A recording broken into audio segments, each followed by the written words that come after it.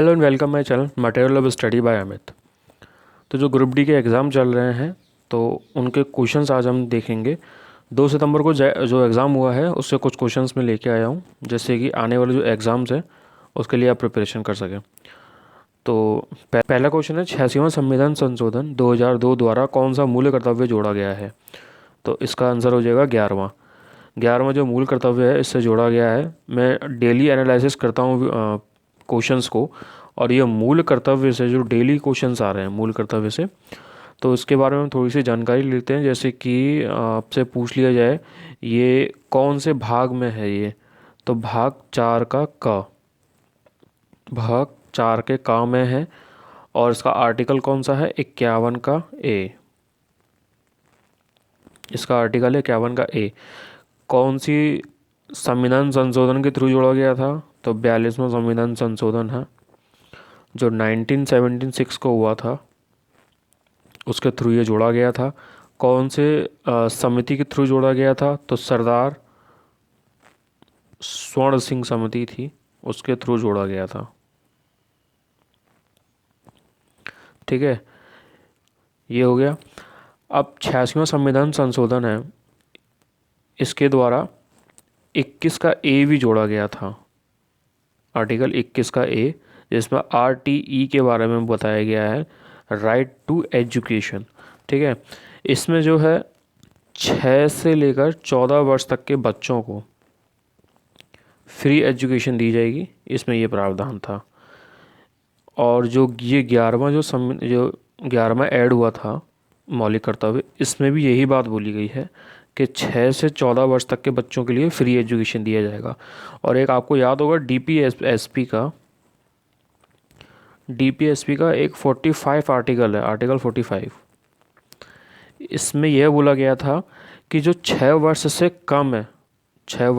कम है उनको शिक्षा दी जाएगी। उसका शिक्षा देना या लालन पालन, इसका प्रावधान है इसमें। किस में है ये, 45 में।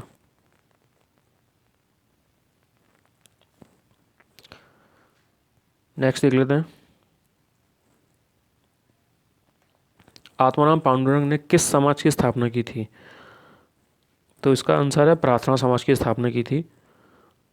कुछ समाज में आपसे पूछ लेता हूँ, जैसे कि आर्य समाज की स्थापना किसने की थी, आर्य समाज। या आपसे पूछ लिया जाए सत्य शोधक समाज की स्थापना किसने की थी, या ब्रह्म समाज की स्थापना किसने की थी, तो आर्य समाज का क्या हो जाएगा, दयानंद सरस्वती। ज्योतिबा फूले। ब्रह्म समाज की स्थापना किसने की थी, तो राजा राम मोहन रॉय।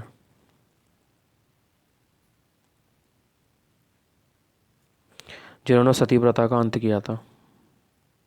ठीक है, दयानंद सरस्वती, इन्होंने क्या कहा था, वेदों की ओर लौटो। ये देख लेना है आपको। ठीक है, नेक्स्ट क्वेश्चन देख लेते हैं। फ्लेमिंग के नियम में अंगूठा और तर्जनी उंगली के बीच में कौन सा कोण बनता है, इसमें यह क्वेश्चन पूछा गया था। तो इसमें जो फ्लेमिंग का नियम है वो कुछ इस तरीके से है। ये बन गया हमारा थंब, ये तर्जनी, ये मध्यमा उंगली, कुछ इस तरीके से होता है। ठीक है, तो आप ये साफ साफ देख सकते हैं, ये जो एंगल है ये वाला, ये अंगूठा और तर्जनी के बीच में कौन सा एंगल बन रहा है, ये 90 का एंगल बन रहा है। तो इसलिए इसका जो आंसर हो जाएगा वो 90 एंगल का आंसर हो जाएगा। ठीक है, नेक्स्ट क्वेश्चन है, उष्णकटिबंधीय पर्णपाती वन में वर्षा कितनी सेंटीमीटर होती है, तो 100 से 200 सेंटीमीटर तक की उसमें वर्षा होती है। इसमें और भी हम देख लेते हैं, इसमें कि उष्णकटिबंध सदाबहार एवं अर्ध सदाबहार वन में 200 से अधिक होती है वर्षा, और कटीले मरुस्थल में जो है 60 से 100 सेंटीमीटर या 40 सेंटीमीटर तक से कम होती है। ठीक है। इसमें से जो भी ऑप्शन आएगा आपको उसमें आपको क्लिक कर देना है। या तो ये ऑप्शन आ सकता है 60 से 100 सेंटीमीटर के बीच में, ठीक है, या 40 सेंटीमीटर से कम। एक सवाना वन है जो 40 से 60 सेंटीमीटर के बीच में होता है। नेक्स्ट क्वेश्चन है, कर्मकांड किस वेद में वर्णित है? तो ये आप सभी को पता है, इसका आंसर है यजुर्वेद। हमारे टोटल के वेद कितने हैं? 4, ठीक है, जिसमें से त्रिवेद किसको बोला जाता है? त्रिवेद, तो वो है ऋग्वेद, सामवेद, यजुर्वेद, ठीक है, इसको क्या बोला जाता है? त्रिवेद। और जो चौथा वेद है वो है अर्थववेद। सबसे पुराना वेद कौन सा है हमारा? ऋग्वेद, ठीक है। संगीत के बारे में जो जानकारी प्राप्त होती है, संगीत से संबंधित है, वो है सामवेद। यजुर्वेद में यज्ञ संबंधित जो विधि विधान है उसका वर्णित किया गया है यजुर्वेद में। या इसमें हम हाथियों का जो पालन है, हाथियों का पालन, उसका भी वर्णन किया गया है यजुर्वेद में, ठीक है। इसमें तंत्र मंत्र से संबंधित विधि विधान के बारे में जानकारी दी जाती है। नेक्स्ट क्वेश्चन देख लेते हैं, तमिल भाषा को शास्त्रीय भाषा के रूप में कब अपनाया गया था? तो ये भी रिपीटेड क्वेश्चन है, जो 1 या 2 दिन छोड़कर डेली आ रहे हैं ये क्वेश्चन। तमिल भाषा को कब किया गया था? 2004 में। और हम देख लेते हैं, जैसे कि तमिल, ये मिसप्रिंट हो गया है, ये तमिलनाडु नहीं है, तमिल है। तमिल का 2004 में हुआ था। देखो, आने वाले एग्जाम्स में ये भी पूछा जा सकता है, संस्कृत को शास्त्रीय भाषा के रूप में कब अपनाया गया था? तो 2005 में। तेलुगु कन्नड़ का दोनों का सेम ईयर है, 2008। मलयालम में 2013, उड़िया है 2014। नेक्स्ट देख लेते हैं, सरकार की आय और व्यय में अंतर क्या कहलाता है? तो उसका आंसर है राजस्व घाटा। ये इकोनॉमी से आ गया है क्वेश्चन। एक क्वेश्चन इकोनॉमी का आ रहा है, डेली आ रहा है, एक मैक्सिमम 2 आ रहे हैं, वैसे एक ही आ रहा है, ठीक है। प्राण और देहिक की स्वतंत्रता किस अनुच्छेद में है? अनुच्छेद 21 में है, प्राण और देहिक की स्वतंत्रता। अब ये मूल अधिकार से आ गया है क्वेश्चन, मूल अधिकार से क्वेश्चन आ रहा है। जैसे कि मैं आपको बताया था, मूल अधिकार और मौलिक कर्तव्य,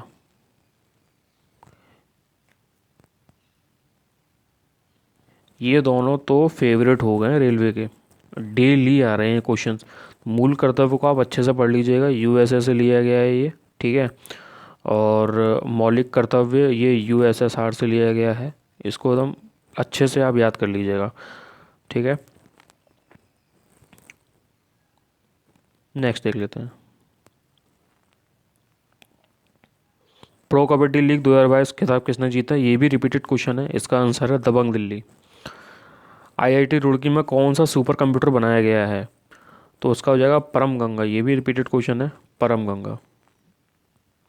मेजर ध्यानचंद खेल रत्न पुरस्कार किसे प्राप्त हुआ है? इसमें जो ऑप्शंस दिए हुए थे उसमें से रवि दहिया इसका सही आंसर होगा। बाकी के और जो जिन्हें प्राप्त हुआ है मेजर ध्यानचंद खेल रत्न, वो इनकी लिस्ट ये है। इनका आप स्क्रीनशॉट ले सकते हैं, जिससे कि आप इन्हें याद करके आगे एग्ज़ाम में पूछा जा सकता है इसके बारे में। अच्छा, मैं इसकी जो राशि है वो बता देता हूँ। इसमें 25 लाख रुपए की राशि दी जाती है मेजर ध्यानचंद वाले में, ठीक है। पहले इसका नाम क्या था मेजर ध्यानचंद पुरस्कार का? राजीव गांधी इसका पहला नाम था। अब इसका नाम चेंज कर दिया गया है, जिसमें 25 लाख अमाउंट कर दिया गया है। जिसमें यदि इसमें नीरज चोपड़ा है, ये एथलेटिक्स से संबंधित, खेल से संबंधित है और हरियाणा में रहते हैं। नीरज चोपड़ा कहाँ रहते हैं? हरियाणा में। रवि दहिया कुश्ती से संबंधित हैं और हरियाणा में रहते हैं। लवलीना मुक्केबाजी से संबंधित हैं और असम में रहती हैं। ऐसी ही ये लिस्ट तैयार है, आप इसको याद कर सकते हैं। नेक्स्ट, योजना आयोग की स्थापना कब हुई थी? तो ये 12 मार्च 1950 को हुई थी योजना आयोग की स्थापना। इसमें यदि मैं ये पूछ लूँ कि योजना आयोग से नीति आयोग में कौन से साल में हुआ था, तो वो 2015। नेक्स्ट, महात्मा गांधी के हरिजन समाज सेवक संघ की स्थापना कब की गई थी? तो 1932 का आंसर हो जाएगा। कमाऊनी हिमालय किन दो नदी के बीच में है? तो उसको मैं याद करने का आपको बता देता हूँ। कुमाऊनी जो हिमालय है, जैसे कि ये एक नदी है सिंधु। कौन सी नदी है ये? सिंधु नदी।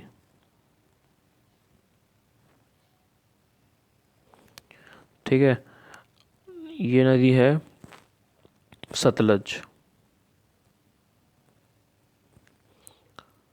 ये नदी जा रही है काली। ये नदी है तीस्ता। और ये नदी है ब्रह्मपुत्र। ठीक है। अब सिंधु और सतलज के बीच में कौन सा हिमालय है? पंजाब हिमालय।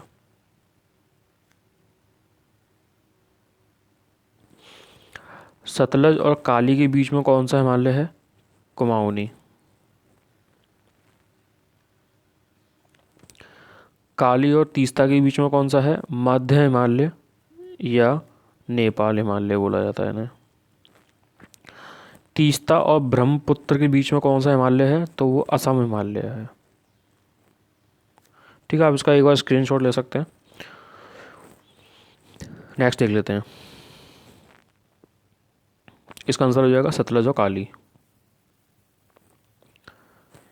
पैसा अधिनियम कब लागू हुआ था? इसका आंसर है 24 दिसंबर 1996। पैसा अधिनियम जो है वो जो जनजाति हैं,